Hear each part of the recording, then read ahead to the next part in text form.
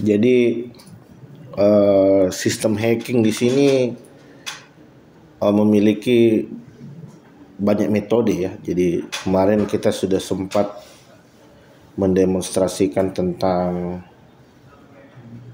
brute force ya, password cracking, session stealing ya, pencurian session, pencurian cookie dengan menggunakan XSS. Terus bagaimana kita memanfaatkan AI ya untuk mengenerate suatu pilot ya. Jadi kita bisa memaksimalkan AI untuk mengenerate suatu pilot ya, yang mana pilot ini bisa melewati dari deteksi dari perangkat-perangkat security ya, seperti firewall. Jadi di dalam implementasinya kadang tahapan information gathering yang kita lakukan ini tidak semulus apa yang kita demonstrasikan ya. Yang kita demonstrasikan ini dengan asumsi bahwa tingkat security low atau medium ya. Jadi ada yang asumsi tidak menerapkan security sama sekali, dan ada yang mungkin dia menerapkan security tapi ada kemungkinan besar bisa di bypass gitu kan. Sehingga tentu ini masih memungkinkan lah untuk diselesaikan dengan cepat gitu ya. Tapi realnya kadang tingkat security yang diterapkan di dalam suatu organisasi itu memang betul-betul strict ya. Makanya kadang dibutuhkan pengetahuan, pengalaman untuk melakukan pentest di real environment ya. Karena di real environment-nya itu kadang kita ketemu ada firewall ya. Terus ada IDS-nya juga, ada antivirusnya juga, EDR-nya. Sehingga tentu tahapan ini akan jauh lebih challenge tentunya ya. Namun prinsipnya ketika kita ingin mengembangkan suatu exploit yang melakukan serangan yang advance ya, tentu kita harus berangkat dari yang basic dulu ya. Dari basic itu kita bisa kembangkan ke pilot yang lebih advance ya. Contohnya kemarin ya, kita berangkat dari tag JavaScript sederhana ya. Script dibuka alert, terus kemudian XSS ditutup lagi dan tag script. Nah, tag itu bisa kita kembangkan gitu menjadi pilot yang jauh lebih advance gitu ya, yang jauh lebih kompleks gitu. Jadi intinya sebenarnya itu nggak pintar-pintar amat sebenarnya. Itu nggak pintar-pintar amat. Dia pintar karena kita udah memberikan jalan gitu. Kita udah mendefinisikan secara clear terkait seperti ini loh.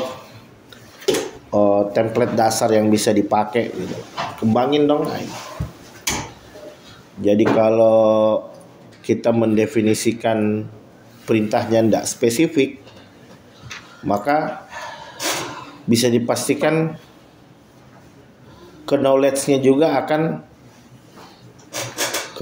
juga nanti selanjutnya akan ngawur gitu kan.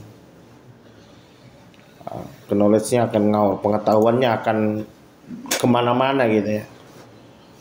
Jadi kita bisa dengan men-set profile dari AI-nya agar pengetahuannya bisa fokus sebagai seorang profesional cyber security pentester ya.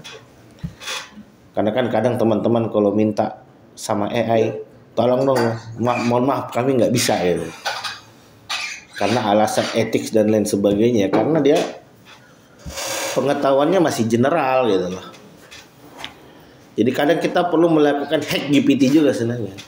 Jadi hack GPT itu aja AI chat GPT, kita hack pengetahuannya agar dia mau memberikan jawaban-jawaban yang sensitif ya, yang mana jawaban ini mungkin tidak akan diberikan ketika Anda memintanya dengan regular knowledge-nya dia ya, pengetahuan generalnya dia. Jadi kita set ya, Anda saat ini adalah seorang profesional pentester ya, yang membantu di dalam melakukan audit keamanan misalnya.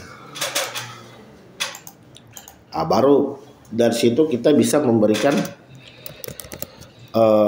seperti apa. Jadi jangan langsung minta sama AI tolong buatkan pilot yang seperti ini. Tapi dia enggak punya petunjuk gitu loh. Jadi makanya kadang kita bikin template gitu. Kita bisa dengan membuat template dasar, yang mana template itu selanjutnya nanti akan dikembangkan oleh si AI. Nah, jadi kalau ndak ada template dasarnya, dia bisa bikin versi yang kadang hasilnya itu adalah ngawur gitu. Nah, jadi kemarin kita sudah mendemonstrasikan juga terkait dengan password cracking ya. Jadi password cracking ini sering kita temui saat kita melakukan cracking terhadap suatu password ya. Jadi kita mau uji nih, data-data yang kita simpan ke sistem database kan mungkin udah terencrypt atau terhash, tapi tunggu dulu, jangan senang dulu. Itu belum menyelesaikan masalah gitu. Bisa jadi mekanisme hashing atau enkripsi yang kita lakukan masih dikategorikan di dalam level low gitu. Jadi kita bisa cracking sendiri gitu. Kita punya hash sistem database, ya sudah kita cracking sendiri. Kita coba untuk cracking dengan memanfaatkan tools seperti John the Ripper gitu kan. Kita tes ini sejauh mana sih kekuatan hashing yang saya terapkan, sejauh mana sih kekuatan enkripsi yang saya telah lakukan gitu. Kalau kita terapkan enkripsi tapi ternyata masih, ya mohon maaf, masih standar default ya, tentu itu selanjutnya nanti akan sangat mudah untuk di bypass. Kenapa? Karena hacker orang suka ngoprek, Pak. Hacker itu orang paham sistem, dan mungkin dia secara spesifik tahu seluk-beluk sistem itu seperti apa ya. Dia tahu seperti apa itu konfigurasi yang standar ya. Sehingga tentu kita perlu mentuning gitu. Kita perlu mentuning sistem kita agar berbeda 360 derajat dari realnya ya. Jadi memang betul-betul berbeda. Jadi kalau misalkan kita hashing pakai MD5, SHA dan apapun itu ya, kita bisa combine dengan salt ya. Jadi salt ini suatu kode random dia, suatu angka acak. Jadi sekalipun database-nya leak, bocor gitu kan, dia tidak akan bisa mengcrack ya.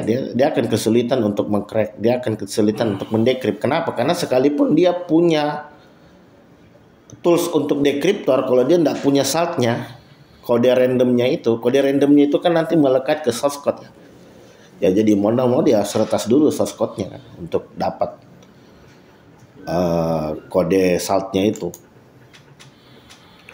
Atau kalau mau lebih strict lagi, kode saltnya jangan disimpan dalam source code.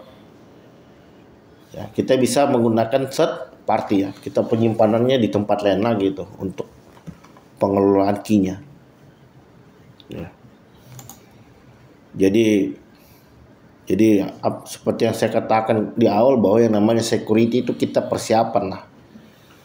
Ada istilah do the best and prepare for the worst. Lakukan yang terbaik dan bersiap untuk yang terburuk.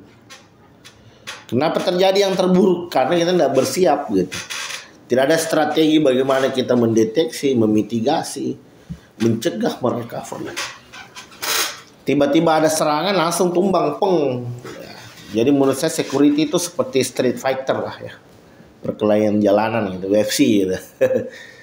Kalau nggak sering-sering latihan, maka sekali pukul kita jatuh, udah langsung ke knockout. Tapi kalau sering-sering latihan fisik, sering-sering melatih bagaimana sistem pertahanan kita latih dari berbagai jenis serangan ya, dari kuncian, dari pukulan, tendangan semakin sering dilatih itu kita akan semakin kuat untuk untuk menangani gitu, semakin kuat untuk menghandle serangan itu gitu. Oke, kita masuk ke subbab berikutnya ya. Jadi subbab berikutnya yaitu subbab modul 9 ya. Jadi modul 9 kita akan mempelajari terkait dengan SOCENG atau social engineering ya. Jadi kita bisa sebut SOCENG ini sebagai hacking di human gitu. Melakukan hacking tapi bukan ke mesin, bukan ke aplikasi, bukan ke perangkat keras, bukan ke perangkat lunak, tapi ke manusianya gitu kan, ke orangnya yang selanjutnya menjadi pengguna, user, operator dari suatu sistem ya. Jadi istilahnya kalau di dalam OSI layer itu sistem kan ada di layer 0, layer 1 ya, sampai di layer 7. Nah manusia ini layer 8 ya. Jadi kita hack di layer 8-nya nih, human, hack di human gitu. Nah, jadi kenapa SOCENG ini efektif gitu? Kenapa SOCENG ini selanjutnya menjadi jenis serangan yang cukup tingkat keberhasilannya tinggi ya. Kenapa? Karena manusia ini kerap bingung, bimbang ya. Jadi faktor manusia itu pada dasarnya manusia itu mudah dipengaruhi gitu ya. Kita bisa melakukan serangan ke sisi psikologis dari manusia ya. Jadi kita bisa melakukan hack ke manusia karena manusia itu pada dasarnya sifatnya adalah rakus ya. Pada dasarnya sifat manusia itu tidak hati-hati, tidak teliti, kepo ya, penasaran, tergesa-gesa, terburu-buru. Jadi sifat-sifat dasar yang ada pada manusia ini yang selanjutnya kita coba untuk eksploitasi. Jadi teman-teman itu mungkin sering dapat SMS mama minta pulsa, itu social engineering. Ada WA undangan pernikahan. Terus ada mungkin seseorang yang menyamar jadi atasan, pimpinan, itu SOCENG. Bagi kita itu mungkin hal ngapain orang ini, wasting time banget. Kita tahu kalau dia nipu kan. Berarti apa? Kalau kita aware, berarti targetnya bukan kita. Berarti targetnya itu orang lain. Jadi anggaplah dari 1000 yang ditargetkan cukup 1 saja. Betul tidak? Berarti yang 999 orang ini awareness-nya tinggi. Mereka udah tahu. Mereka hati-hati, waspada. Sedangkan yang 1 orang ini yang mungkin tingkat awareness-nya masih belum terbangun. Ya. Tiba-tiba ada SMS mama minta pulsa, itu betul-betul direspon sama dia, dikirimin duit, kirimin pulsa, tidak cross check terlebih dahulu. Kenapa? Karena dia keburu panik duluan ya, keburu ini yang saya katakan tadi, dia memanfaatkan sense of psikologi ya, memanfaatkan sense of psikologis dari manusia ya. Social engineering is the art of convincing people to reveal confidence in profession. Jadi social engineering itu adalah seni ya, untuk membangun kepercayaan dari seorang pengguna sehingga pengguna mau memberikan informasi yang sensitif, memberikan kredensial, atau tidak hanya sekedar memberikan informasi, atau bahkan melakukan suatu aksi yang memang itu diinginkan oleh seorang attacker.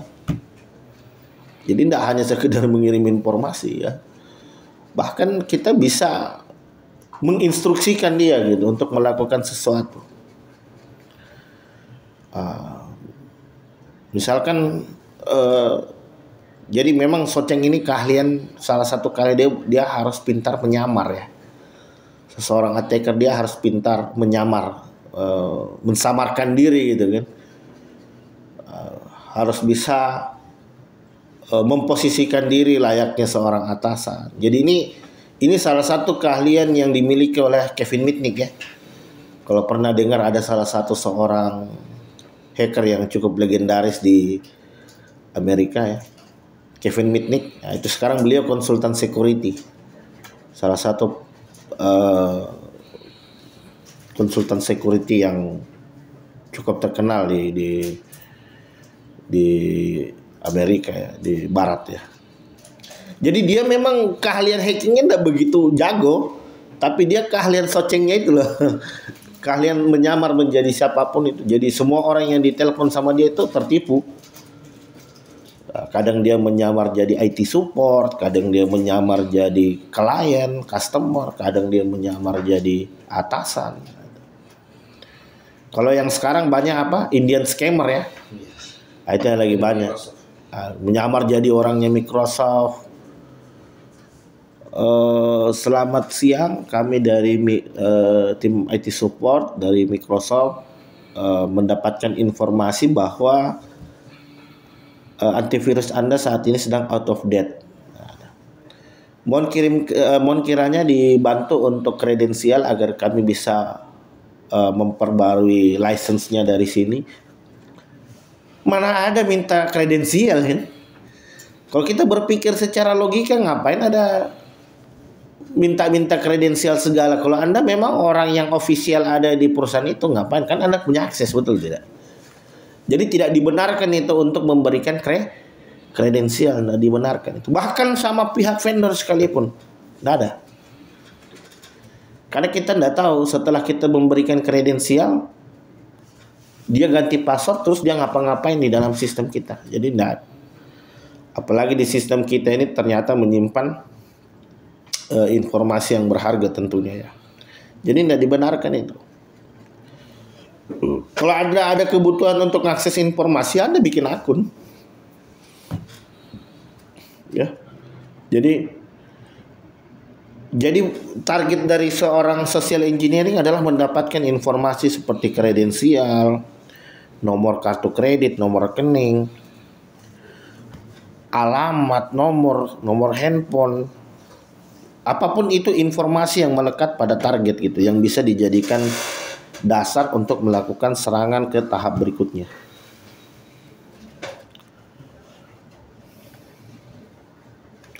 Ini impact daripada jenis serangan social engineering, tentu terjadinya economic loss ya.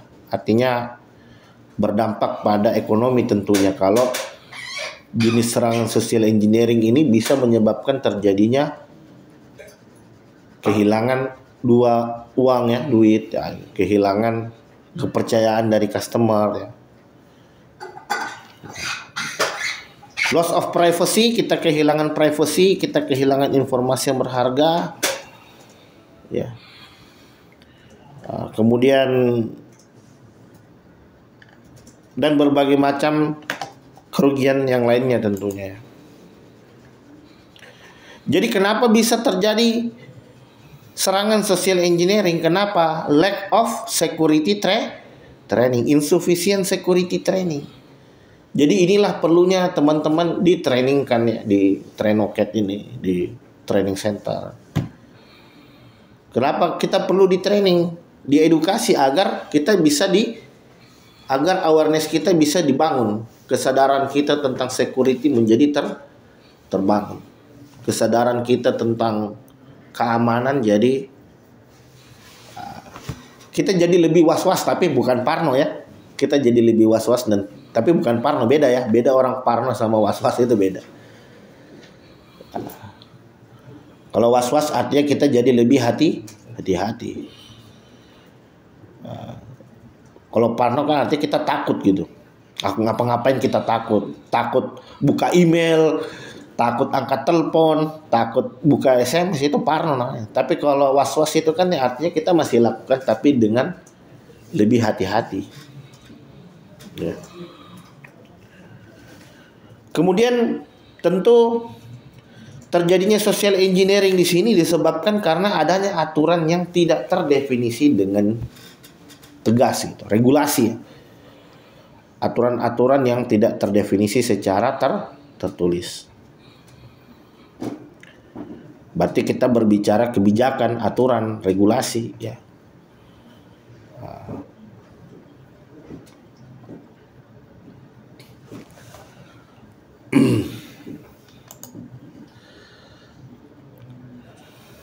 Nah, jadi ini adalah beberapa tahapan dari social engineering. Tentu seorang attacker dia akan melakukan information gathering ya. Jadi yang namanya hacking ya, itu pasti selalu dimulai dari information gathering, ngumpulin informasi dari manapun itu sumbernya ya, sebanyak mungkin dan dari manapun itu dan sebanyak mungkin dikumpulkan. Kenapa? Karena dari informasi ini selanjutnya memberikan kita pengetahuan kepada attacker untuk menentukan jenis serangan yang selanjutnya nanti akan dilakukan. Dari mana dia bisa cari? Dari OSINT, Open Source Intelligence, ya, dari mengakses website, dari mengakses informasi yang ada di koran. Jadi dimanapun itu ya. Jadi attacker jadi tahu, oh struktur organisasinya seperti ini, gedungnya ada di sini, di lantai sekian, akses ke data center itu ke Jadi kita bisa tahu di mana tempat-tempatnya, seperti apa struktur organisasinya, seperti apa akses ke gedungnya, apa saja layanannya. Kemudian dari situ kita bisa fokus ke bagian yang ingin kita serang gitu. Kita bisa fokus karena areanya kan banyak ya. Mungkin areanya banyak, mungkin attack surface-nya banyak ya. Kita bisa, saya mau fokus melakukan serangan melalui phishing misalkan. Terus kita develop pilotnya, exploitnya, kemudian kita deliver kepada target dengan asumsi ya tadi. Misalkan kalau 1.000 orang yang kita targetkan, nggak perlu banyak. 10%, 5% itu sudah cukup. Berarti orang-orang ini yang tingkat awareness-nya belum terbangun ya. Jadi pentest itu bukan hanya pentest ke mesin, enggak. Pentest aplikasi, pentest perangkat keras, enggak cukup sampai di situ. Ada juga pentest dalam rangka mengetahui tingkat awareness dari seorang staff di dalam organisasi. Ya, cara ngujinya gimana? Mudah. Contohnya misalkan saya punya flash disk, saya simpan itu. Saya simpan di atas meja, saya simpan di tempat parkir, saya simpan di toilet. Ada yang ambil. Ada yang ambil dan dicolok di komputernya. Sementara seperti itu memang yang diinginkan oleh hacker. Ya. Flash disk itu berisi suatu script yang mana ketika tereksekusi maka perangkat target nanti akan langsung terhubung dengan attacker. Contohnya kemarin kita pakai reverse shell ya. Ada direct shell, ada reverse shell.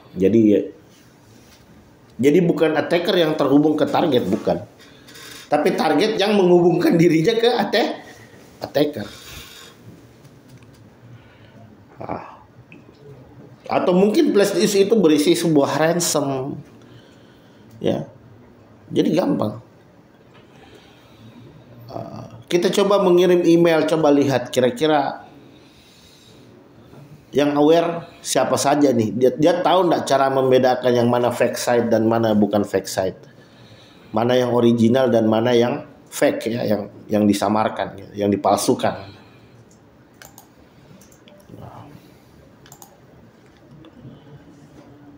Nah. Ada human based social engineering ya. Jadi kita bisa melakukan social engineering dengan mentargetkan melalui tanpa media ya, langsung kepada target misalkan. Jadi social engineering itu ada yang bisa dilakukan langsung, ada yang melalui media. Yang dilakukan secara langsung ya misalkan kita melakukan impersonasi, menyamar gitu ya, nyamar jadi atasan, pimpinan. Terus kita bisa juga phishing ya, ada yang nelpon terus kemudian ngaku dari pihak bank, dari pihak. Kemudian ada piggybacking ya, piggybacking. Jadi piggybacking itu misalkan saya tidak punya akses ke dalam suatu gedung, tapi saya memanfaatkan akses orang yang terpercaya gitu ya. Misalkan contohnya, Pak tolong ditahankan liftnya gitu, pintunya gitu. Padahal memang kita tidak punya akses gitu. Kita minta bantuan orang yang punya akses gitu. Atau mungkin kita bisa berjalan secara bersamaan gitu kan. Contohnya di bawah kemarin kita tidak ada ID card gitu. Ya pakai ID cardnya yang punya gitu. Jadi kita bisa dapat akses dengan memanfaatkan orang yang punya akses ya. Masuk ke gedung, masuk ke data center. Atau bisa juga dengan mencari informasi di tempat sampah. Ya, bisa. Nah, jadi kita istilah dumpster diving. Jadi hati-hati tuh. Makanya di perusahaan-perusahaan itu sebelum kita buang sampah ya, itu ada kerjaan ya, laporan-laporan. Itu jangan langsung dibuang dalam kondisi utuh. Bisa jadi di dalam situ ada informasi sensitif, ada informasi kredensial, ada informasi kontrak. Jadi idealnya dihancurin dulu ya, pakai roller paper ya. Jadi dia keluarnya udah terpotong-potong kecil-kecil gitu. Baru dibuang tempat sampah. Jadi informasinya sudah tidak akan bisa recovery. Karena ada kondisi tertentu kita buang sampah dalam kondisi kertas kita buang, jadi kita anggap itu sampah, tapi masih memuat informasi kredensial. Senang hackernya. Senang. Kenapa? Wah ini ada aktornya, senang dia aktornya. Kenapa? Wah ini ada invoice nih. Terus invoice-nya diedit, dimodifikasi, yang diganti cuma nomor rekeningnya. Terus dikirim balik ke perusahaan, misalkan invoice tagihan atau invoice pembayaran. Berarti yang ditargetkan siapa? Orang keuangan. Kalau kebetulan ternyata orang keuangan ini bagian marketing, orang keuangan tidak aware, apa yang dilihat di depan mata langsung diproses, tidak dicek dulu, padahal sudah pernah diproses sebelumnya mungkin cuma ganti nomor rekening saja. Karena ada tipikal orang yang seperti itu gitu loh. Ada orang yang seperti itu, yang apa yang muncul di beranda diklik nggak pakai mikir, apa yang ada di email diklik nggak pakai mikir. Bisa jadi link itu XSS ya kayak kemarin, atau ransom atau apapun itu, atau jangan-jangan Anda klik link itu saldo Anda langsung kepotong kayak gitu kan? CSRF ya, cross site request forgery, bisa seperti itu. Dengan catatan Anda dalam proses posisi terautentikasi di aplikasi.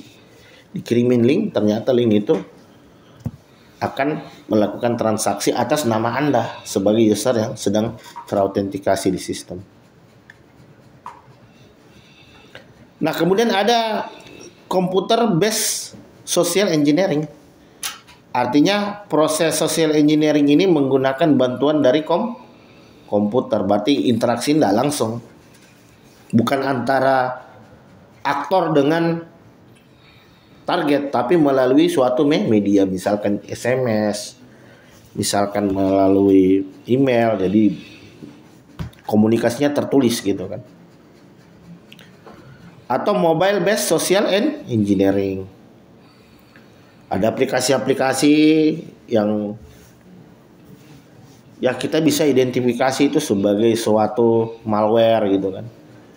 Undangan nikahan. Jadi banyak sekali ya. Ada yang ngaku dari undangan nikahan. Ada yang mengaku dari JNE, JNT. Pak, ini ada kiriman, tolong diinstal dulu aplikasinya. Pak, ini ada kiriman barang untuk konfirmasi, tolong diinstal dulu ya, tolong diupload dulu datanya gitu. Mana ada. Hati-hati. Makanya fitur di smartphone itu selalu diaktifkan ya. Ada fitur di smartphone itu namanya don't install aplikasi except from official store ya. Misalkan jangan install aplikasi kalau sumbernya bukan dari Play Store. Jangan install aplikasi kalau sumbernya bukan dari App Store. Ya. Kenapa? Karena yang dari Play Store ini, App Store ini biasa kadang sudah melalui proses verifikasi yang ketat. Kita aja kalau upload aplikasi di Play Store itu kadang 3 bulan baru publish. 2 bulan, 3 bulan. Dan kita harus mengupload code-nya untuk direview sama dia. Jadi betul-betul ketat. Makanya di Play Store itu banyak aplikasi yang di-banned. Karena memang dulu aturannya tidak begitu ketat ya. Sekarang karena udah banyak aplikasi, udah difilter lagi tuh. Ini udah compliant belum dengan aturan GDPR? Ini udah compliant belum dengan aturan PCI DSS? Apalagi aplikasi yang berhubungan dengan keuangan transaksi ya. Marketplace, e-commerce, wah itu ngeri tuh. Jadi kita nggak tahu kalau kita download aplikasi dari black market, kita nggak tahu ini bisa jadi aplikasi udah pernah di custom, udah pernah dimodifikasi, mungkin sudah pernah diinjek dengan sesuatu, backdoor, malware ya. Tentu kita hati-hati. Jadi hindari menginstal aplikasi di luar sumber yang terpercaya.